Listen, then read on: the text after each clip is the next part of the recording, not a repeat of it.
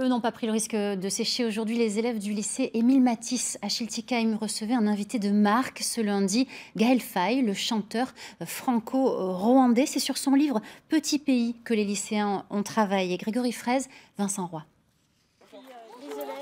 Entre deux concerts, Gaël Faye a pris le temps d'une rencontre que ses élèves n'oublieront pas.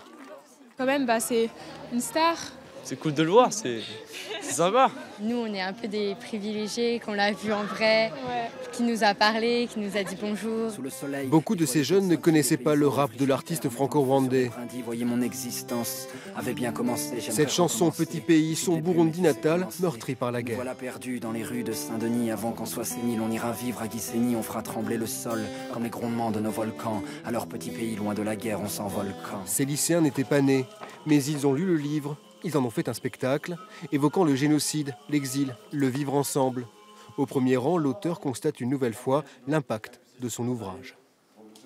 C'est très fort, très émouvant de voir comment ils sont emparés du texte, comment ils l'ont remanié, comment ils l'ont intégré à leur propre histoire. Je trouve qu'il y a quelque chose qui m'échappe, quelque chose d'universel dont je n'avais pas soupçonné la portée au moment de l'écriture du texte.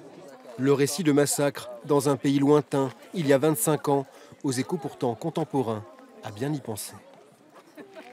Nous avons des élèves dont les parents ou eux-mêmes ne sont pas nés en France, sont arrivés sur le territoire tardivement et ont connu cet exil qu'a connu Gaël Faye. Et c'est ça aussi qui les a touchés. Avant de les quitter, Gaël Faye a offert aux lycéens un peu de slam. Et nous voilà perdus dans les rues de Saint-Denis avant qu'on soit sénile. On ira vivre à Strasbourg, petit pays. Il les retrouvera dans quelques jours à Paris.